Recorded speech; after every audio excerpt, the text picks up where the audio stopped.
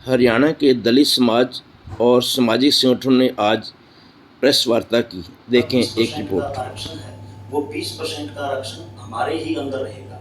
वो हमारे जितने भी डीएससी वर्ग के हैं, एससी वर्ग के हैं, वही इसका लाभ लेंगे, अन्यथा सामान्य वर्ग में नहीं जाएगा। और जो एससी में नहीं रहेगा वो बैकलॉग में चला जाएगा। और जब भी सरकार हमारा बैकलॉग करेगी तो वो वापिस हमारे पास आएगा। और रही बात हमारे बड़े भाई सुदेश कटारिया जी ने हमारा पूरा डेलीगेट सरकार के साथ बैठ के हमारी बैठक हुई, मीटिंग हुई, और हर जिला लेवल पर और ब्लॉक लेवल पर ये कमेटियां बनाई जाएंगी ताकि हमारा समाज गुमराह ना हो। और जो ये बीजेपी सरकार ने किया है भाई 10% इसका डीएससी में और 10% एससी में, हमारे को समझ में आनी शुरू हो गई ये बातें, क्योंकि जब हम करनाल में रेस्ट हाउस में हम मुख्यमंत्री जी से मिले थे, पूर्व मुख्यमंत्री से, तो उन्होंने बताया, क्योंकि हमारे को तो आज तक यही पता था, यही हमारे अंदर संशय पैदा था कि ये सामान्य वर्ग में जाएगी। तब वहाँ जाके हमने पता लगा तो हमारे भी समझ में आनी बात शुरू हो गई, और हम हमारे समाज को गुमराह नहीं होने देंगे किसी भी उसमें। और हम बड़ा धन्यवाद करते हैं हमारे सरकार का, जो सबसे ज़्यादा हम धन्यवाद हमारे भाई सुदेश कटारिया करते हैं, क्योंकि वो समाज में हमारे समाजों के अंदर एकता का परिचय के लिए हमारे तत्पर 24 घंटे रहते हैं। जब भी हम कोई समाज की बात आती है तो सबसे पहले आगे रहते हैं। सुप्रीम कोर्ट का जजमेंट नहीं था दिमान साहब, वो तो उनकी एक सुझाव था और सरकारों पर निर्भर था कि भी जो सरकार चाहे उसको लागू करे, जो सरकार ना चाहे उसको लागू ना करे। वो निर्णय नहीं था। लेकिन सबसे बड़ा जो संशय हमारे समाज में था वो ये था, जो अभी कुछ दिन पहले भारत बंद हुआ, दूसरे संगठन रोड पे आए, उनका सबका एक ही मांग थी कि हमारे जो रिजर्वेशन की सीटें हैं वो जनरल में ना जाए, अगर हमारी कैटेगरी का कोई आदमी ना मिले तो जनरल में कन्वर्ट ना हो। सिर्फ यही मुख्य मांग थी। ये सरकार ने संशय दूर कर दिया। पूरा दलित समाज, सारे संगठन यहाँ हरियाणा प्रदेश से आए हुए हैं।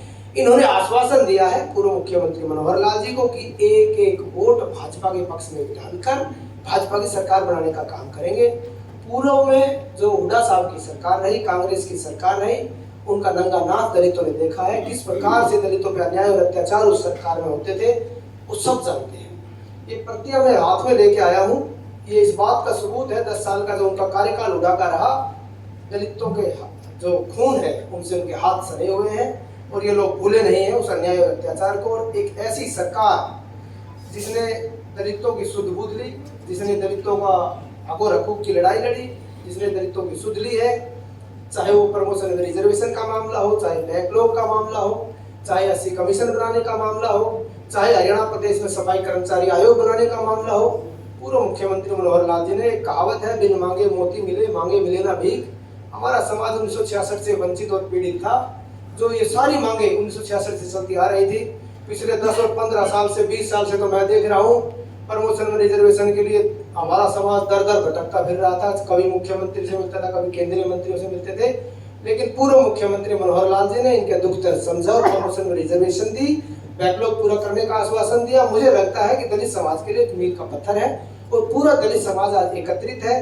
कोई डीएससी और एससी वाला मामला नहीं है। सारे लोग इकट्ठा होकर भारतीय जनता पार्टी के पक्ष में मतदान करके प्रचंड बहुमत से तीसरी बार भारतीय जनता पार्टी की सरकार बनाने का काम करेंगे। सब लोग जानते हैं पूर्व की सरकारों ने क्या किया है, भाजपा ने क्या किया है। सबसे जो मोटो और सबसे मोटा जो काम भारतीय जनता पार्टी ने मनोहर लाल जी ने किया, योग्यता के आधार पर नौकरी देने का किया, जिसमें हमारा दलित समाज का पीड़ित प्रताड़ित व्यक्ति जो योग्य है वो HCS भी लगा है, सब इंस्पेक्टर भी लगा है, कमिश्नर, सारी अच्छी पोस्टों पे गए हैं। तो सबसे जो महत्वपूर्ण जो काम भारतीय जनता पार्टी ने योग्यता के आधार पर नौकरी वाला किया, उसका सबसे बड़ा फायदा दलित समाज को हुआ है। दलित समाज उसको भूला नहीं है। किस प्रकार के अन्याय और अत्याचार कांग्रेस में होते थे, ये सब पूरा अखबारों की मैं कटिंग लाया हूँ। उनके हाथ दलितों के खून से सने, दलित भूले नहीं है, ना गोहाना कांड को भूले, ना मिर्चपुर कांड को भूले हैं, अभी भूले नहीं है दलित उन बातों को। एक ऐसी स्थायी सरकार जो दलितों के सुध बुध ले, जो दलितों का हकों हकूक की लड़ाई लड़े, फिर से एक ऐसी सरकार बनाने का काम करेंगे। पूरा समाज इकट्ठा है, पूरा अम्बेडकर सभा, रविदास सभा, कोने कोने से प्रदेश से आए हुए ये प्रबुद्ध लोग हैं। इन्होंने आश्वासन दिया है कि हम पूरे एकजुट होकर भारतीय जनता पार्टी के पक्ष में मतदान करेंगे, और जो विपक्ष ने भ्रम फैलाया था कि आपकी सीटें जनरल में चली जाएंगी, वो साफ कर दी सरकार ने। और इन्होंने आश्वासन दिया है पूरी कमेटी बनाकर ब्लॉक स्तर पर भारतीय जनता पार्टी के पक्ष में मतदान बनाकर एक ऐसी दलित हितैषी सरकार भाजपा को दोबारा बनाने का काम करेगी। ये मुझे लगता है प्रेस कॉन्फ्रेंस तो हमारी SC A और SC B का जो कोई अनुसूचित जाति और वंचित हो गया और अन्य अनुसूचित जाति जिसको जो अभी बनना है अभी तो ये उसके विषय में था। लेकिन अब ये मुझे लगता है थोड़ा सा पॉलिटिकल हो गया कि बीजेपी ने ये किया, कांग्रेस ने किया, तो आज का जो पॉलिटिकल हो गया मुझे लगता है पॉलिटिकल होना जरूरी है, क्योंकि पॉलिटिकल लोग ही तो फैसला करते हैं। अगर हम भाजपा के पक्ष में मतदान नहीं करेंगे तो हमारी लड़ाई कौन लड़ेगा? सबसे बड़ा तो जनमत है, और ये 5 साल में मिला था। इस 5 साल में लोग बिछड़ गए तो बिछड़ गए, इकट्ठे हो गए तो इकट्ठे हो गए। सबसे बड़ी ताकत तो पॉलिटिकल है। अगर हम पॉलिटिकल इकट्ठा होकर ताकत उनको नहीं देंगे तो ये चीजें कैसे सुचारू रूप से चलेंगी? ये तो विषय ये हो गया, आप सब लोग स्वतंत्र हैं, किसी पार्टी को देना नहीं। आज मैं कह रहा हूँ आज का जो प्रेस कॉन्फ्रेंस का जो विषय था वो तो SC A और SC B का जो वर्गीकरण पे जो फैसला था उसके बारे में सिर्फ विषय ये था। आज की प्रेस कॉन्फ्रेंस दलितों के साथ किसने अत्याचार किया, ये फिर विषय पॉलिटिकल हो गया। मैं कह रहा हूँ ये चीजें याद दिलानी इसलिए जरूरी है। समाज बैठा है, पूरा दलित समाज बैठा है, वो चीज भी याद की जाएगी, अच्छी भी याद की जाएगी, बुरी भी याद की जाएगी। आज तो मेला है, विधानसभा के चुनाव होने, अगर हम मजबूत नेतृत्व नहीं चुनेंगे तो हमारी लड़ाई कौन लड़ेगा? इसमें सारे लोग जो हैं वो अन्य अनुसूचित जाति जो पहले जिसको SC B बोलते थे वो लोग हैं, इसमें SC A के लोग भी हैं।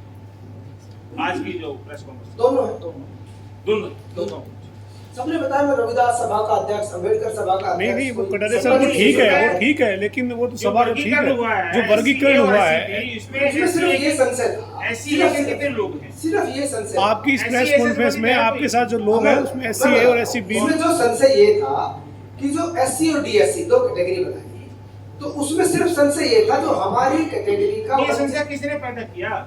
ये संशय तो विपक्ष ने पैदा किया था। नहीं विपक्ष ने नहीं, कोर्ट में क्या कह रहा है? कोर्ट क्या कह रहा है? पहले कोर्ट ने कोर्ट की कोई डायरेक्शन नहीं आई, कोर्ट ने डायरेक्शन नहीं आई है। नहीं सुनो मेरी बात, अभी एक फैसला सरकार का आया था। सरकार ने मुख्यमंत्री की एक स्टेटमेंट आई थी जिसमें वर्गीकरण को लेकर उन्होंने एक बयान दिया था। अभी बयानबाजी है, इसमें हुआ कुछ भी नहीं है, लेकिन विपक्ष ने भ्रम फैला दिया कि तुम्हारी बची हुई सीटें जनरल में चली जाएंगी, जिसके लिए लोग रोड पर आ गए। कटारिया साहब ये किसका स्टेटमेंट है? कोई दिखा सकते हैं कि स्टेटमेंट किस लीडर ने दिया कि आपकी SC की 20% सीटें अगर कम रहेगी ये जनरल में चली जाएगी? कोई एक भी नेता का बयान दिखा दो आप, जिस नेता ने किसी ने कहा हो, हम जिसकी बात कर रहे हैं। मैं बताता हूँ ये चीजें अगर कोई स्टेटमेंट जैसे आप लेके आए तो ऐसी कोई स्टेटमेंट हो जिसमें कहा गोपनीय होती है। आप इस बात का सबूत मांगे, आप इस बात का सबूत मांगे कि लोग रोड पर क्यों आए? ये लोग वो थे जो रोड पर थे, जिनको ये संशय था कि हमारी सीटें जनरल में चली जाएंगी। संशय होना अलग बात है, ये संशय था, ये संशय क्लियर हुआ। संशय था, किसी को भी हो सकता है, संशय था, लेकिन संशय किसी ने फैलाया उसका कोई रिकॉर्ड स्टेटमेंट है? मैं ये पूछ रहा हूँ। संशय तो मुझे भी हो सकता है, संशय आपको भी हो सकता है, संशय आज सिर्फ दलित समाज में संशय था वो दूर। हाँ, इसका स्टेटमेंट किसने नहीं दिया? सिर्फ संशय था वो दूर हुआ। इसका एजेंडा ही सिर्फ आज का ये था, जो हमारा संशय था वो दूर हो गया, सरकार से बातचीत हो गई, हमारी सीटें जनरल में नहीं जाएंगी। ये सारे लोग प्रचंड बहुमत से भारतीय जनता पार्टी की सरकार बनाने में एकजुट होकर जुटे। 17 अगस्त 2024 को हरियाणा मंत्रिमंडल की बैठक हुई थी, उसमें ये एजेंडा आया था। अनुसूचित जाति आयोग हरियाणा की रिपोर्ट आई थी, जिसमें उसके बाद प्रेस कॉन्फ्रेंस की थी। उस प्रेस कॉन्फ्रेंस में CM नायब सिंह सैनी ने क्लैरिफाई कर दिया था कि अगर अन्य अनुसूचित जाति या दोनों वंचित अनुसूचित जाति दोनों में से किसी की सीट रहेगी, 22% दोनों के पास चली जाएगी, अन्य किसी के पास नहीं जाएगी, जनरल में नहीं जाएगी। ये क्लैरिफाई 17 अगस्त में कर दिया था। ये क्लैरिफाई बिल्कुल था, लेकिन उसके बाद भी संशय हुआ था। ये सब लोग रोड पे थे। आज वो संशय छपा, सब मीडिया में छपा, छपा था। अरे ये भी संशय होगा।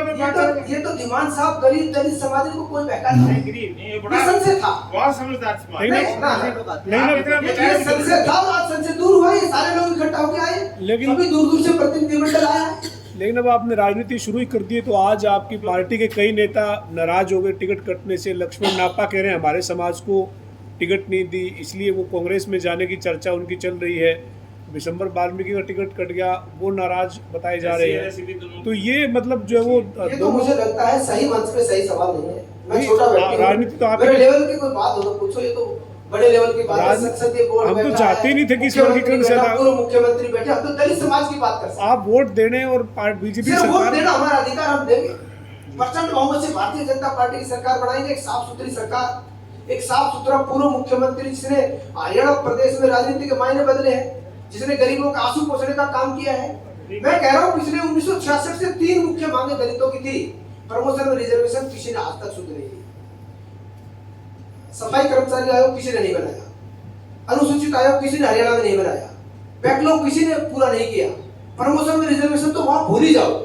उस व्यक्ति ने बिना राजनीति किए, बिना राजनीतिक लाभ हानि देखे, मैं डंके की चोट पर कह सकता हूं, अगर हमारे दलित समाज का मुख्यमंत्री होता तो नहीं कर पाता। प्रमोशन तो में राजनीतिक नफा नुकसान जो देखेगा वो नहीं कर पाएगा। प्रमोशन उस में व्यक्ति को मैं बताता हूं, उस व्यक्ति को मैं संत की संज्ञा देता हूं। उस व्यक्ति ने बिना राजनीतिक लाभ हानि देखे और प्रमोशन में रिजर्वेशन देके दलितों के लिए मील का पत्थर कितना कितने लाभार्थी कितने लोग कर्मचारियों को अधिकारियों को इस प्रमोशन में रिजर्वेशन का लाभ मिला, कोई आंकड़ा है आपके? एक दिन तो उस दिन दिया था मनोहर लाल जी ने। उसके बाद? हाँ मैं बताता हूँ, उसके बाद जिस दिन मनोहर लाल जी ने घोषणा की उस दिन एक आदमी का प्रमोशन हुआ था, मेरे ख्याल में एक्सेल बना था, उसका 72वां नंबर था और वो एक्सेल 1 नंबर पे आया था। उसके बाद वो तो सरकार के पास आंकड़े लेकिन वो लागू है। उसके बाद कुछ विपक्ष कोर्ट में चला गया, अभी कोर्ट में उसमें स्टे है, लेकिन उसके बीच में भी बहुत सारी, मैं वही कह रहा हूँ, उसके बीच में बहुत सारी प्रमोशन हुई है। कोर्ट में चला गया, हो ही नहीं प्रमोशन उसके रिजर्वेशन। बीच में प्रमोशन हुई है। एक तो मनोहर लाल जी ने उसी दिन की थी जिस दिन ये घोषणा हुई, वो तो पंचकुला इंद्र धनुष में की पंचकुला के थी। अंदर। हाँ, उसके बीच में हुई है। बहुत सारे कर्मचारी, आज विषय ये था तो संशय का दूर हो गया है। अब दलित समाज में कोई संशय नहीं है, ये एकजुट होकर भारतीय जनता पार्टी के साथ खड़े हैं। 17 अगस्त को वैसे संसद दूर हो गया था, जिक्र है जिसमें सिंह सैनी और कैबिनेट का। बिल्कुल, मैं आपकी बात मान गया, दिमाग से मैं बता रहा हूँ, हमारा भोला भाला समाज है, इनको संशय पैदा हो गया था, वो संशय दूर हो आप गया। ये कहते हैं इसमें 17 अगस्त को मुख्यमंत्री ने हालांकि संसद दूर कर दिया था कैबिनेट ने, फिर भी हमें संसद था। मैं बताता रहा हूँ, हमारा तो कम पढ़ा लिखा समाज है जी, शरीफ आदमी पता तो है नहीं, संशय था वो दूर हो गया। सबसे शिक्षित समाज है। भारतीय जनता पार्टी के साथ लामबंद होकर खड़ा है और जिले जिले में जाके ब्लॉक स्तर पे जाके ये लोग भारतीय जनता पार्टी का प्रचार करेंगे और फिर से एक ऐसी स्थायी सरकार जो दलितों के हक और हकूक की लड़ाई लड़ती हो, ऐसी सरकार बनाने का काम। खूब डंका बजाओ, कोई दिक्कत नहीं, सब स्वतंत्र हैं जिसको। हाँ वही तो थी दोस्त है, मैं चुनाव में बिजी हूँ, मैं हमको बता देते आप। गाँव में रहता था, पूरे गाँव में रहता था, जो टिकटों का वितरण हुआ है अभी और कुछ लिस्ट बाकी है जिसमें कितने दलितों को टिकट मिली है और कितनी उम्मीद है, और आपके कितने लोग इस टिकट प्रार्थियों में शामिल थे, कुछ नाम है? ये लोग तो वो लोग हैं जो मनोहर लाल जी की रीति नीति से प्रभावित है, एक ऐसे संत मुख्यमंत्री से प्रभावित है जिसने हरियाणा प्रदेश की राजनीति के मायने बदल दिए, जिसने दलितों की सुध बिना पूछे ली है। मैंने तो पहले कहा, एक कहावत है, बिन मांगे मोती मिले, मांगे मिले ना भीख। मांगने से हमें भीख भी नहीं मिली। उस व्यक्ति ने बिना कहे जो हमारी पुरानी मांगी थी पूरी कर दी। हमें कोई मतलब नहीं किसको टिकट मिले किसको ना मिले, हम तो पूर्व मुख्यमंत्री मनोहर लाल जी की रीति नीति पर चलकर एक एक वोट भारतीय जनता पार्टी के पक्ष में डालने का काम करेंगे। तो आप मनोहरलाल परिवार के आदमी हैं, क्या सकते हैं? यही ना मनोहरलाल परिवार के सदस्य हो गए ना सारे। दलित समाज तो पूरा ऋणी हो गया मनोहर लाल जी का। प्रमोशन में रिजर्वेशन, एससी आयोग, सफाई कर्मचारी आयोग, बैकलॉग पूरा करना, कितनी बड़ी बातें कर दी जो मुझे लगता है कि 70 सालों में होने वाली नहीं थी। मनोहर लाल जी ने एक बेड़ियां तोड़ने का काम किया। आज पूरा दलित वर्ग उनसे खुश है और उनकी बात पर मोहर लगा के भारतीय जनता पार्टी के पक्ष में मतदान करेगा। ठीक है जी। हमारी अम्बेडकर सभा के विधानसभा के जितने भी हमारे साथी यहाँ पे आज आए हैं, सभी सम्मानित हमारे साथी हैं। हम प्रदेश में जितने भी हमारे जिले हैं और हमारे हल्के हैं और ब्लॉक लेवल पे हम कमेटियाँ बनाएंगे और हमारे समाज के लोगों को समझाने का काम करेंगे। और हम आश्वासन देते हैं कि समाज में कोई ऐसा टकराने का काम नहीं करने देंगे एक दूसरे को, क्योंकि जैसे पहले होता आ रहा है इस तरह से आगे भी ऐसे ही रहेगा। हम दोनों समाजों के अंदर एकता का काम करेंगे और ये आश्वासन। बीजेपी के बैनर तले आप इस तरह का काम करेंगे या इंडिपेंडेंट बीजेपी के बैनर तले?